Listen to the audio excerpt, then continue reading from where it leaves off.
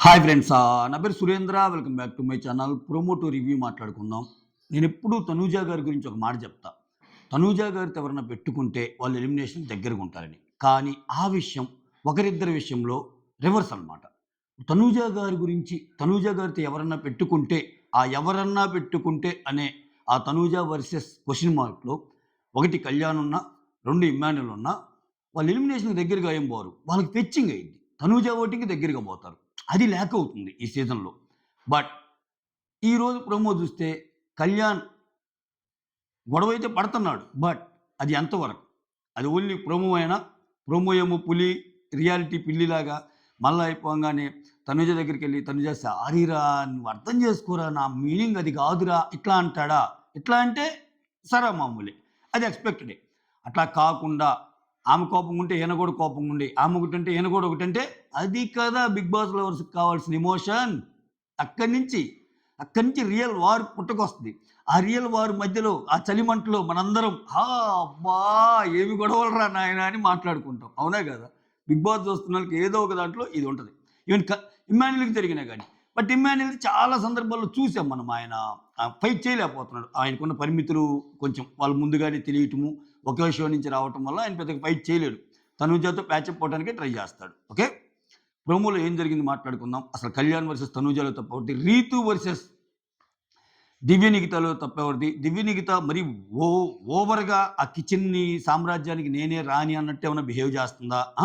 లేపోతే రీతు కావాలని ఏమైనా ట్రిగ్గర్ చేసిందా? ఇవన్నీ మాట్లాడుకుందాం. దీనితో పాటుగా ఇంకోటి మాట్లాడదాం. సంజన గారు నామినేషన్స్‌కి ఏమైనా భయపడుతున్నారా? ఎస్పెషల్లీ సుమన్. నిన్న అర్ధరాత్రి ముచ్చట్లు నేను ఎందుకు చేయలేదంటే అవన్నీ ఇప్పుడు డిమాండ్ పవన్ కొంచెం జలస్‌తో ఫీల్ అవుతున్నాడు కళ్యాణ్‌తో, అది ఆల్రెడీ చెప్పుకున్నాం. ఆ తర్వాత కళ్యాణ్, తనూజ వీళ్ళ గొడవలు మాట్లాడుకున్నాం. అయి కాకుండా డిఫరెంట్‌గా ఏమన్నా ఉంది అంటే ఒక కన్వర్జేషన్ ఉంది. దాన్ని కూడా ప్రోమో ఎండ్‌లో మాట్లాడతా. ఓకే. సో, ఇక్కడ ఇమ్మాన్యుల్ వచ్చి సంజన గారికి కొన్ని చెప్తాడు. టిప్స్ ఇస్తాడు. ఇలా ఇలా ఉండని. సుమన్‌ని మధ్యలోకి పిలిచి మళ్ళా మాట్లాడతారు. ఆ కథ అంతా మాట్లాడతా. ఓకే. మీరు ఈ కథలన్నీ మాట్లాడుకునే ముందు మీరేం చేయాలంటే నా కోసం ఒక లైక్ కొట్టి అలా స్టార్ట్ చేయండి. సో, ఒక లైక్ కొడితే వీడియో కొంచెం ముందుకెళ్తది. అలానే కొత్తగా ఎవరైనా చూస్తుంటే please do subscribe, hype it and share it. Okay. Right. Starting ప్రోమోలో ఇంకోటి, ప్రోమో 1లో చూసారా? ఎలిమినేట్ అయ్యారు అనంగానే తనూజ బొమ్మ క్లోజప్‌లో చూపిస్తాడు. ఒక మంచి బ్యాక్‌గ్రౌండ్ మ్యూజిక్కేసి.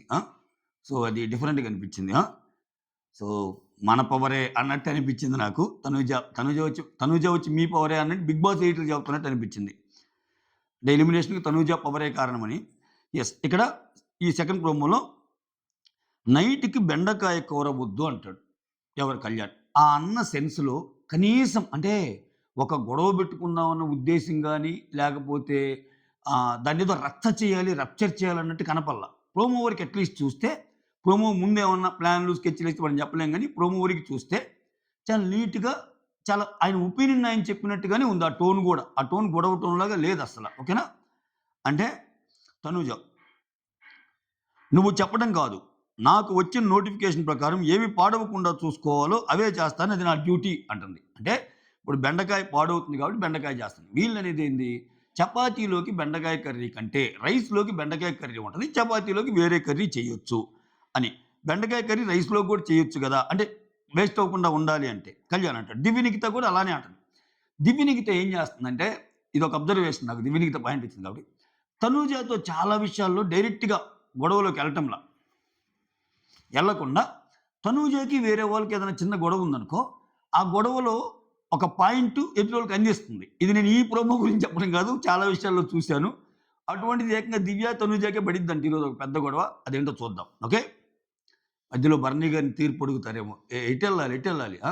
అటు చూస్తే కూతురు, ఇటు చూస్తే చెల్లెలు. ఏమిరా బాలరాజు అనిపిస్తుంది పాపం భరణి గారికి. ఆ తర్వాత బెండకాయ రైసు. ఆ!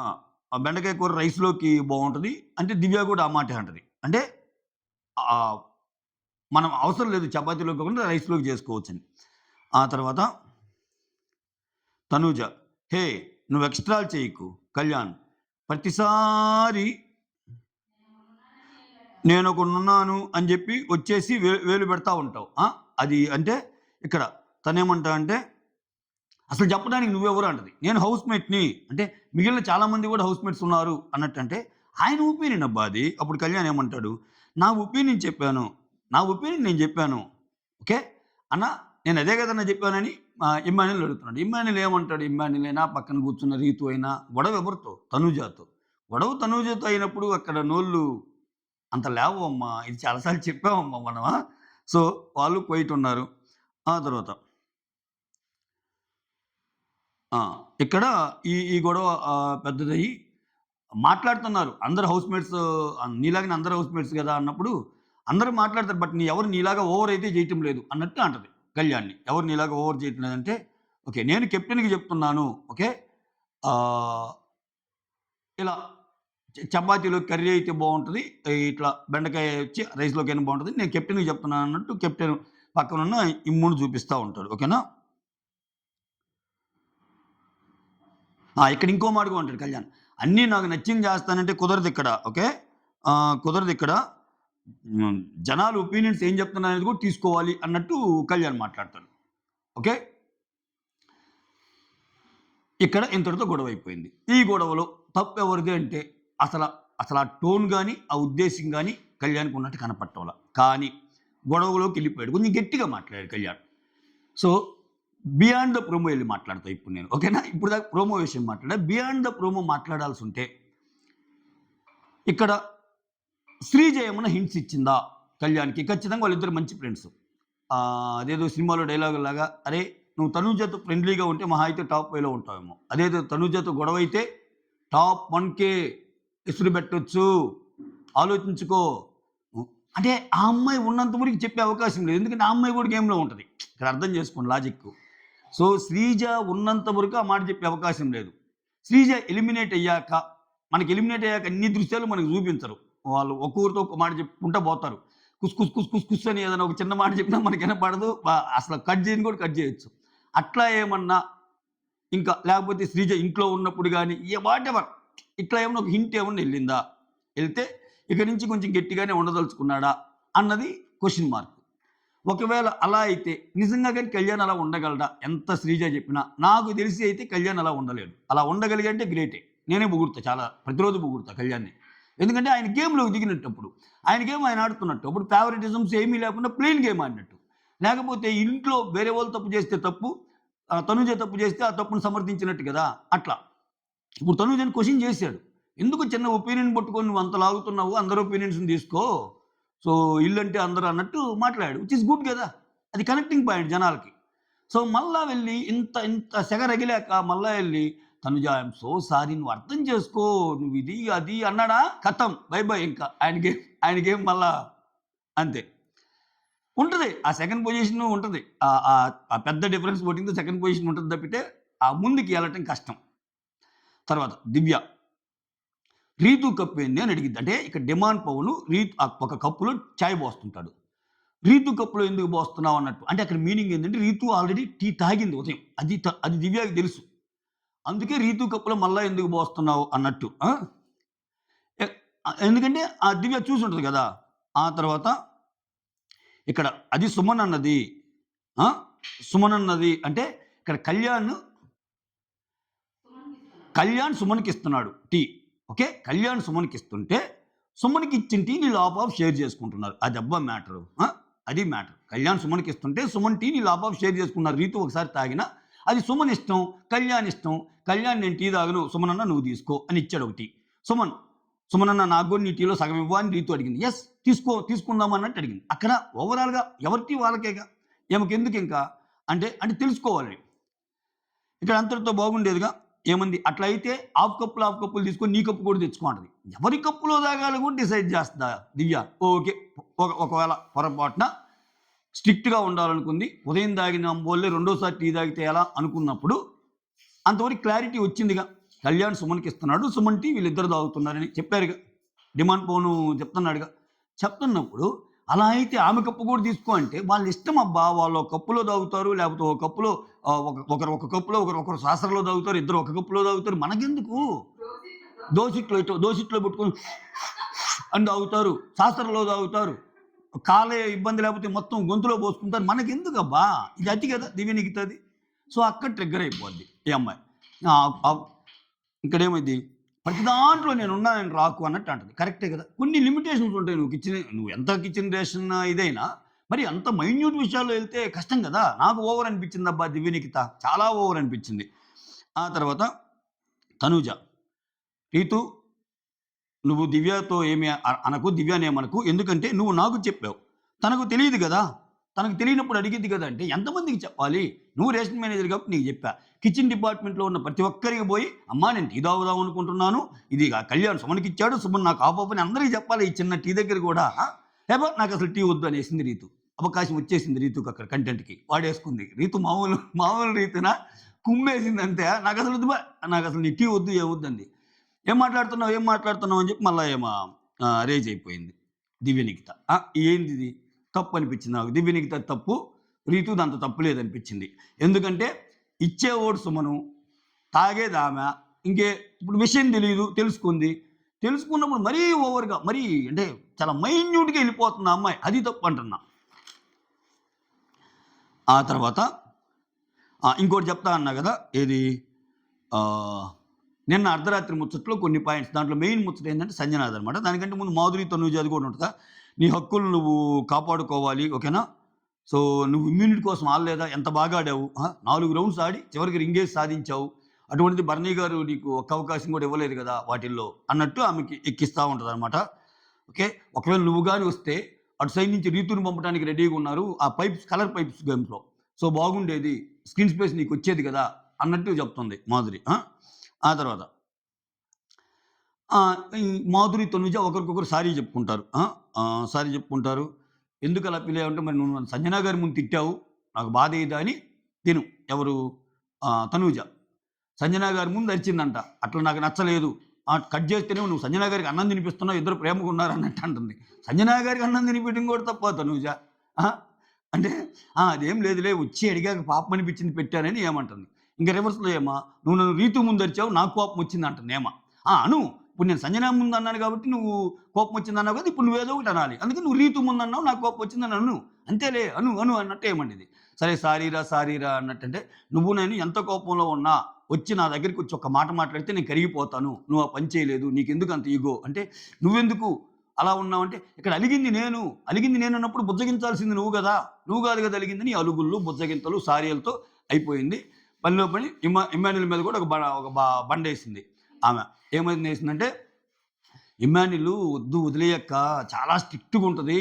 తనూజ ఒక పని అంటే చాలా స్ట్రిక్ట్‌గా ఉంటది.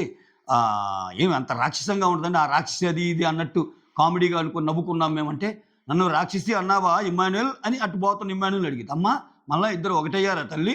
నిన్న ఎంత సీన్ చేశారు. ఆమె మీద నువ్వు ఎగిరావు, నువ్వు మీద ఆమె ఎగిరింది. కోపాలు అబ్బో! కట్ చేస్తే మళ్ళా మీ ఇద్దరు అమ్మలక్కలు ముచ్చట్లు. వద్దురా నాయనా మీతోటి అన్నట్టు నవ్వుకుంటా వెళ్ళిపోతాడు. అదొక సీన్ జరిగింది. ఆ తర్వాత సంజన అంటే నేను ఇంక అర్ధరాత్రి ముచ్చట్లు సెపరేట్ వీడియో అవసరం లేదు. దీంట్లోనే కవర్ చేస్తాను. ఓకే. చూసా మార్నింగ్ అంతా. తర్వాత సంజన, ఇమ్మాన్యుల్ ఏంటంటే మాధురి ప్రతిసారి సరదాగానే సుమనన్నని నువ్వు అసమర్థ కెప్టెన్ అన్నావు, తక్కువలో కెప్టెన్ అన్నావు. అది నాకు ఎంత ఇదనిపించింది. నాన్‌సెన్స్ అది ఇదని ఫస్ట్ నుంచి ఆ పాయింట్ మీద సుమనన్నకి స్టాండ్ తీసుకొని ఏమో లాగిద్ది కదా! ఏందిరా ఏమో నామినేషన్స్ దగ్గర ఉన్నప్పుడు ఎన్ని లాగుతుంది అని. అంటే ఆయన గుర్తు లేకపోయినా ఆ పాయింట్ గుర్తు చేస్తున్నారు మీరు. రేపెక్కడ మళ్ళా ఆ పాయింట్‌తో ఆయన నామినేషన్ ఏస్తాడు అని. నాకు కొంచెం నామినేషన్ భయం కనిపిస్తుంది. అంటే అంటే దానికి తోడు సుమన్‌కి పాజిటివ్ ఇమేజ్ ఉంది బయట. మరి అంత కాంప్లికేటెడ్ పర్సన్ కాదు. ఎవరితో గొడవలు పెట్టుకోదన్నది కూడా గెస్ చేయగలదు సంజన గారు.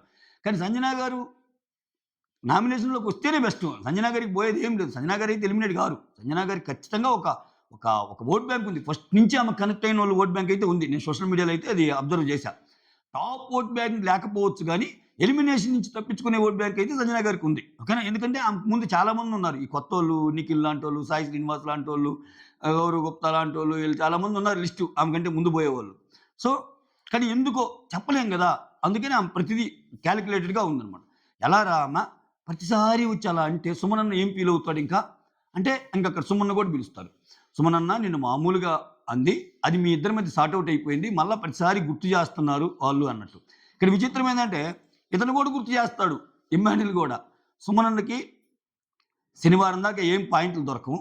అటువంటప్పుడు ఎవరిని చేయాలా అని అనుకునే లోపు మా మమ్మ వచ్చి ఒక మాట అనేస్తది. అబ్బా! పాయింట్ దొరికింది కదా అని నామినేట్ చేస్తాడు. అన్నట్టు ఇమ్మాన్యుల్ కూడా అంటాడు. కాకపోతే ఇమ్మాన్యుల్ కొంచెం కామెడీ వేలో అంటాడు.